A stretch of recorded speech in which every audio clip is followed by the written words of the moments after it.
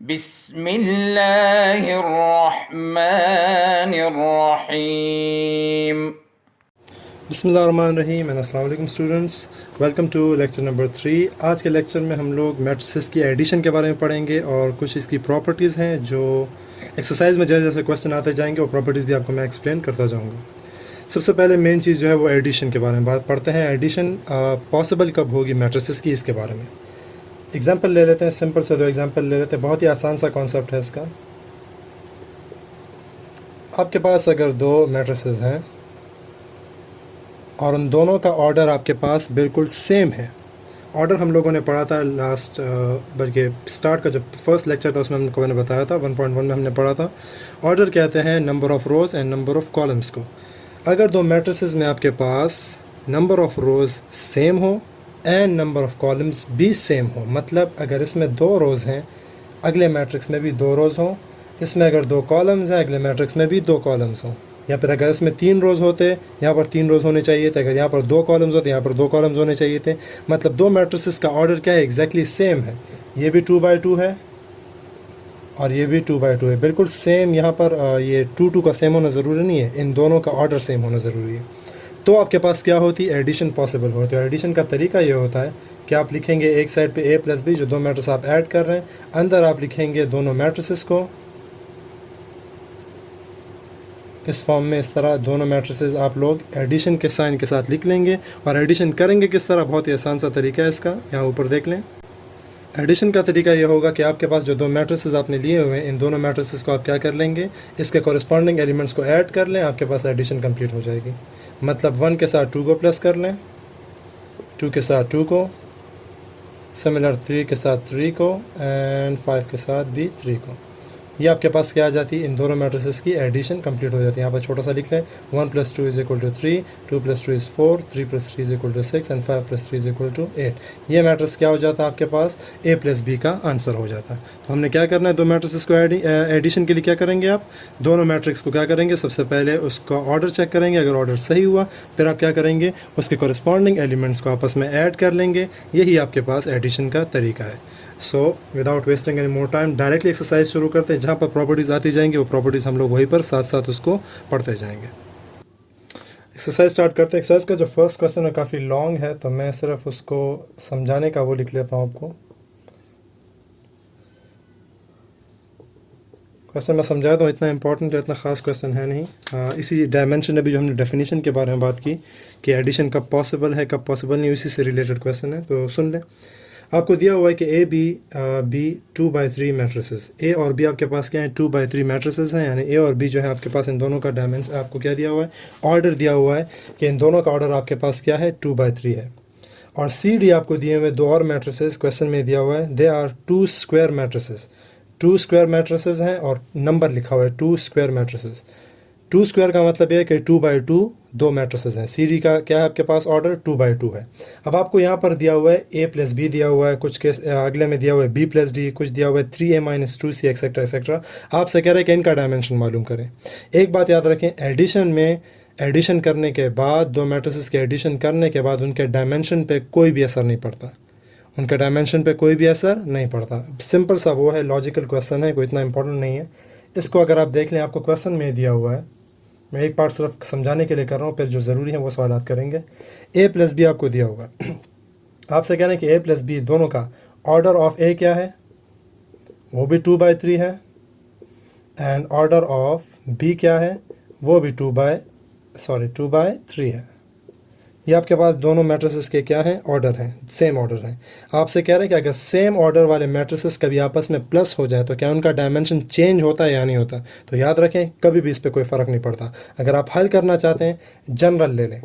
ए को ले लेते हैं, लेट कोई सा भी 2×3 मैट्रिक्स ले लें, 2 रो और जिसमें 3 कॉलम हो, तो अपनी मर्ज़ी से ले लें। ए मैं ले लेता हूँ ABCDEF, और बी भी इस तरह 2×3 ले लेता हूँ। एफ़ के बाद ले लेते हैं GHIJK के एल। इसमें मैं नंबर्स इसलिए नहीं ले रहा क्योंकि यहाँ पर जनरल क्वेश्चन हम लोगों ने करना है। जनरल क्वेश्चन के लिए आप लोग एग्जांपल भी जो है वो भी जनरल लेते हैं, सही है। ये भी 2/3 है, देख लें, इसमें 2 रोज़ हैं 3 कॉलम्स, और ये भी 2/3 है, 2 रोज़ और 2 कॉलम्स हैं। अब क्वेश्चन ये है कि क्या दो सेम ऑर्डर के मैट्रिसेस के प्लस होने से उनका ऑर्डर चेंज होगा या नहीं होगा। कोई फ़र्क नहीं पड़ता, खैर भी यहाँ पर प्लस कर भी लेते हैं, आपको आंसर से खुद पता चल जाएगा। अगर आप देख लें a प्लस बी, अभी आपको मैंने a प्लस बी का तरीका बताया। a प्लस बी के लिए क्या होगा, ऑर्डर तो ऑटोमेटिकली इन दोनों का सेम है, मैं डायरेक्ट कर रहा हूँ। आपने क्या करना है, कॉरस्पॉन्डिंग एलिमेंट्स को प्लस करना है। a प्लस जी हो जाएगा, b प्लस एच हो जाएगा, c प्लस आई हो जाएगा, अगला क्या है, d प्लस जे, e प्लस के, and the last one is f plus l हो जाएगा। ये हमने लिख लिया। अब अगर आप देख लें इन दोनों के एडिशन के बाद, देखिए ये a b c जो हमने लिए रियल नंबर्स हैं, रियल नंबर्स हैं। अगर हम लोग यहाँ पर 1 2 3 यूज़ कर रहे होते तो असल में अब क्या हो रहा था, यहाँ पर एडिशन हो रही होती, 1 किसी नंबर के साथ, 2 किसी नंबर के साथ प्लस हो रहा होता। तो एडिशन करने के बाद या सब्ट्रैक्शन करने के बाद आपके पास असल में होता क्या है, अगेन सिंगल डिजिट आ जाता है। तो यहाँ भी एक डिजिट होता है, यहाँ भी डिजिट, यहाँ भी और यहाँ भी। तो अगर आप इसका ऑर्डर देखें, इसमें भी क्या है, 2 रो हैं और 3 कॉलम है। तो आपके पास क्या है, आप लिखेंगे जो क्वेश्चन उन्होंने पूछा है क्या, कि इनका डायमेंशन हमें दें, मतलब ए और बी का तो आपको क्वेश्चन में दिया हुआ है कि इसका जो आंसर है उसका डायमेंशन दे। तो आप लिखेंगे सो ऑर्डर ऑफ या फिर dimension of A plus B, still वो क्या रहेगा, वो भी 2/3 रहेगा, वो भी क्या रहेगा, 2/3 रहेगा। तो ये क्वेश्चन है कि अगर आपके पास एडिशन हो रही है तो एडिशन क्या ऑर्डर पे असर अंदाज होता है। तो इसका जवाब हमारे पास इसी एक पार्ट को करने से बस मिल जाता है। तो ये काफ़ी है कि हमारे पास एडिशन से किसी भी मैट्रिक्स के ऑर्डर्स पे कोई फ़र्क नहीं पड़ता, सही है। अब जो इंपॉर्टेंट क्वेश्चन हैं उनकी तरफ आ जाते हैं। क्वेश्चन नंबर 2 की तरफ देखें। अच्छा जी, तो ये क्वेश्चन अब देख लें, multiply the matrices with real number. अब ये क्वेश्चन क्या है, ये भी एक तरह से आपको इंट्रो बताया जा रहा है, इंट्रोडक्शन थोड़ी सी दी जा रही है कि रियल नंबर्स, कोई भी नंबर अगर आपने एक सिंगल नंबर को मैट्रिक्स के साथ मल्टीप्लाई करना है तो उसके साथ क्या असर होगा। बहुत ही सिंपल है, अगर आप देख लें आपको गिवन क्या है, ए मैट्रिक्स आपको दिया हुआ है जिसमें क्या है 1 2 3। आपसे कह रहे हैं कि अगर 2 को आप इस मैट्रिक्स के साथ मल्टीप्लाई करते हैं तो क्या फ़र्क होगा। 2 को दोनों साइड पे मल्टीप्लाई कर लें, एक साइड पे आ जाएगा 2a, एक पे आ जाएगा 2 मल्टीप्लाई बाय मैट्रिक्स 1 2 3। अब तरीका ये होगा कि जब भी आप एक सिंगल रियल नंबर को किसी मैट्रिक्स के साथ मल्टीप्लाई करेंगे तो क्या करना होगा, आपने उस रियल नंबर को हर एंट्री के साथ मल्टीप्लाई करना है। यही इसकी मल्टीप्लिकेशन का तरीका है। एक एंट्री को नंबर को हर एंट्री के साथ मल्टीप्लाई करना है। 2 1s are 2, 2 2s are 4, 2 3s are 6। ये आपके पास इसका आंसर आ गया। तो रियल नंबर्स की मल्टीप्लिकेशन मैट्रिसेस के साथ किस तरह होती है कि उस रियल नंबर को आपने क्या करना है, हर एंट्री के साथ मल्टीप्लाई करना है, सही है। बी पार्ट आप लोग खुद कर लेंगे। क्वेश्चन नंबर 3 की तरफ देखें। क्वेश्चन नंबर 3 में देखें क्वेश्चन क्या है आपके पास। क्वेश्चन ये है आपके पास कि फाइंड अ मैट्रिक्स एक्स। हमने एक मैट्रिक्स मालूम करना है x, लेकिन अब उसके बारे में बताया क्या गया है, ये बताया गया x तो हमने मालूम करना है, लेकिन जब x के साथ 4 मल्टीप्लाई होता है मतलब 4x जो है उसका आंसर आपको दिया हुआ है। 4x का आंसर आपको यहाँ पर दिया हुआ है। हमने क्या मालूम करना है, सिर्फ x को मालूम करना है। बहुत ही सिंपल सा क्वेश्चन है। 4x आपको दिया हुआ है, 4x is equal to 1 2 1 4 2 3 -1 9 and 7, सही है जी। हमने क्या करना है, 4 यहाँ मल्टीप्लाई हो रहा है, इस साइड पे क्या हो जाएगा, लेकिन ये रियल नंबर है। अच्छा, रियल नंबर है, इस साइड पे आपके पास डिवीजन में आ जाएगा। क्या आ जाएगा, इस साइड पे डिवीजन में आ जाएगा। अब आपने करना ये है, एक तरीका तो ये कि इस 4 को आप पूरे मैट्रिक्स के नीचे डिवीजन में लिख लें। एक तरीका ये कि यहाँ पर सिंपली 1/4 लिख लें। एक ही मतलब है इसका।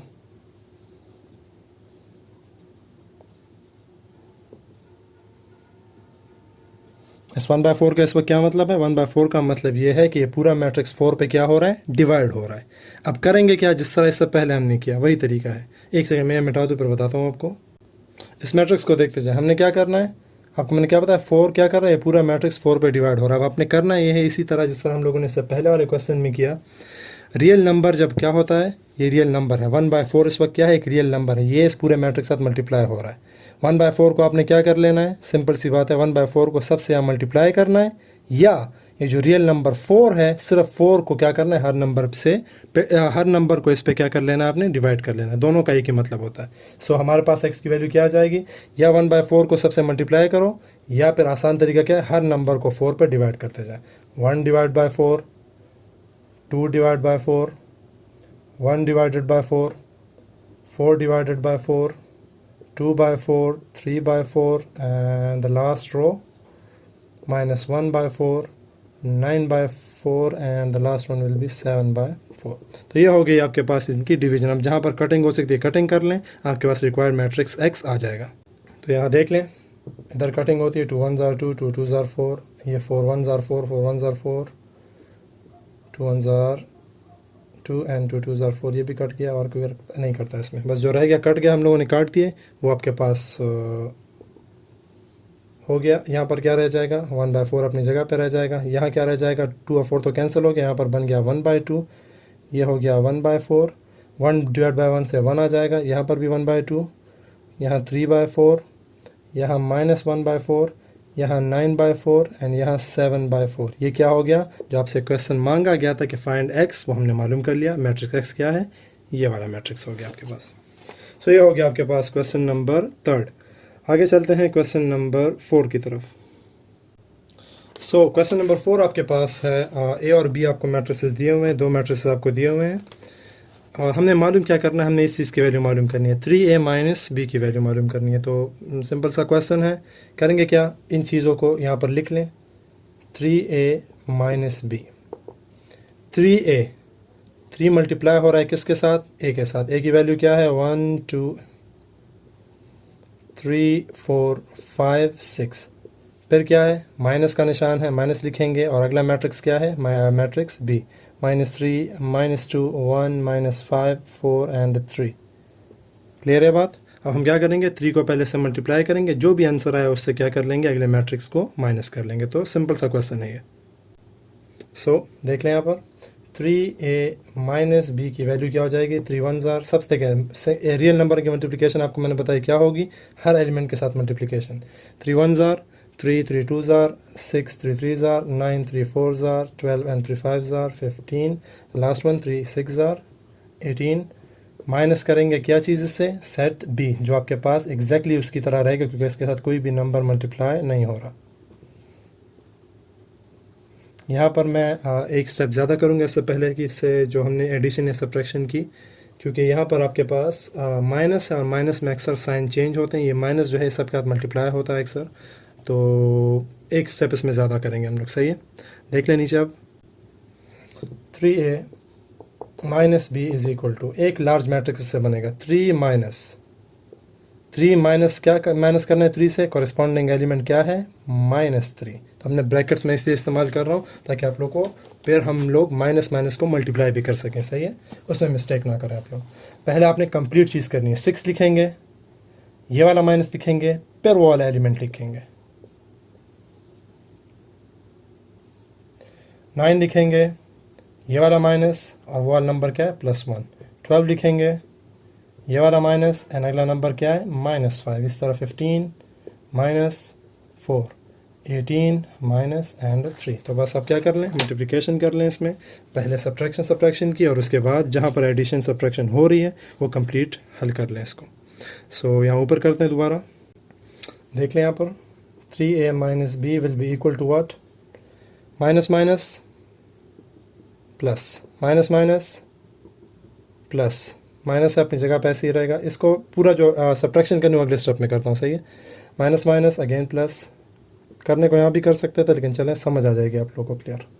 और माइनस यहाँ पर भी कोई चीज़ मल्टीप्लाई नहीं हो रही, इसी तरह रह जाएगा। सही है, अब लास्ट स्टेप में बस इसका आंसर मालूम करते हैं। आगे देख लें, अब इसका आंसर यहाँ लिख लेते हैं। 3a माइनस बी जो हमसे मांगा गया था उसका आंसर क्या है, 3 + 3 6, 6 + 2 8, 9 - 1 8, 12 + 5 17, 15 + 4 19 and 18 - 3 15। This is the required answer या रिक्वायर्ड मैट्रिक्स जो हमसे क्या किया था, मांगा गया था क्वेश्चन में। तो ये हो गया आपके पास कंप्लीट क्वेश्चन नंबर 4। अब आपने ये करना है 5 और 6 पार्ट जो है एग्जैक्टली इसकी तरह, तो 5 और 6 आप लोगों ने खुद ट्राई करने हैं। सही है जी, 5th number part and 6th number part आप लोगों ने खुद ट्राई करने हैं, और ये आप लोगों ने हल करने हैं इसी तरह जिस तरह मैंने ये वाला क्वेश्चन किया। आगे चलते हैं, क्वेश्चन नंबर 7 भी कर लेते हैं। सही है, क्वेश्चन नंबर 7 भी कर लेते हैं। क्वेश्चन नंबर 7 की तरफ देखें आप लोग। अच्छा, क्वेश्चन नंबर 7, 5, 6 आपका होमवर्क हुआ। क्वेश्चन नंबर 7 की तरफ देखें तो ये आपको एक बहुत ही लार्ज एक किस्म का इक्वेशन दिया हुआ है, मैट्रिक्स इक्वेशन दिया हुआ है। और हमने करना क्या है, इसमें हम लोगों ने 4 चीज़ों की वैल्यू मालूम करनी है, X, W, Z and W. इन 4 चीज़ों की हमने क्या करनी है, वेरिएबल्स की वैल्यू को हमने क्या करना है, फाइंड करना है। तरीका ये होगा, इसका सोल्यूशन को देखें। ये साइड आपके पास है, इसको डायरेक्टली इस 3 को सबसे मल्टीप्लाई कर लेंगे आप। 3 multiply by X 3x, 3 multiply by Y 3y, 3 multiply by Z 3z and 3 multiply by W 3w। यहाँ पर आपने ये करना है कि एडिशन कर लेनी है, x plus 4, 6 plus X plus Y. यहाँ पर तो एडिशन तो हो नहीं सकती 6 की एक्स वाई के साथ, तो हम लोग इस तरह लिखेंगे -1 प्लस 3 प्लस डब्ल्यू। यहाँ पर देख लें -1 और +3 से क्या आ जाएगा, +2 आ जाएगा। सही है, और से इस हिस्से को देखें, -1 और +3 से क्या आ जाएगा, +2। तो हम लोग यहाँ पर क्या लिख लेंगे, आप सिर्फ 2 लिख लेंगे। और 2w + 3 से क्या आ जाएगा, इस स्टेप को देख लें, अच्छा मिस्टेक ना करें इसमें, 2w + 3 अपनी जगह पर रह जाएगा। अब दो साइड्स आपके पास, आपके पास मैट्रिसेस आ गए। 2 मैट्रिसेस ऐसे मैट्रिसेस हैं जिनका डायमेंशन भी सेम और वो आपस में क्या है, इक्वल हैं। इक्वल का मतलब क्या होता है कि कॉरस्पॉन्डिंग एलिमेंट्स भी आपके पास क्या हो जाते हैं, ऑटोमेटिकली इक्वल हो जाते हैं। तो हमने क्या करना है, कंपेयर कर लेना है हर किसी को और इसका आंसर मालूम कर लेना है। तो चलिए मालूम करते हैं इसका आंसर। इन्हीं के अगर आप दोनों मैट्रिसेस आपस में क्या इक्वल हैं तो क्या कर लेंगे आप, कंपेयरिंग कॉरस्पॉन्डिंग एलिमेंट्स।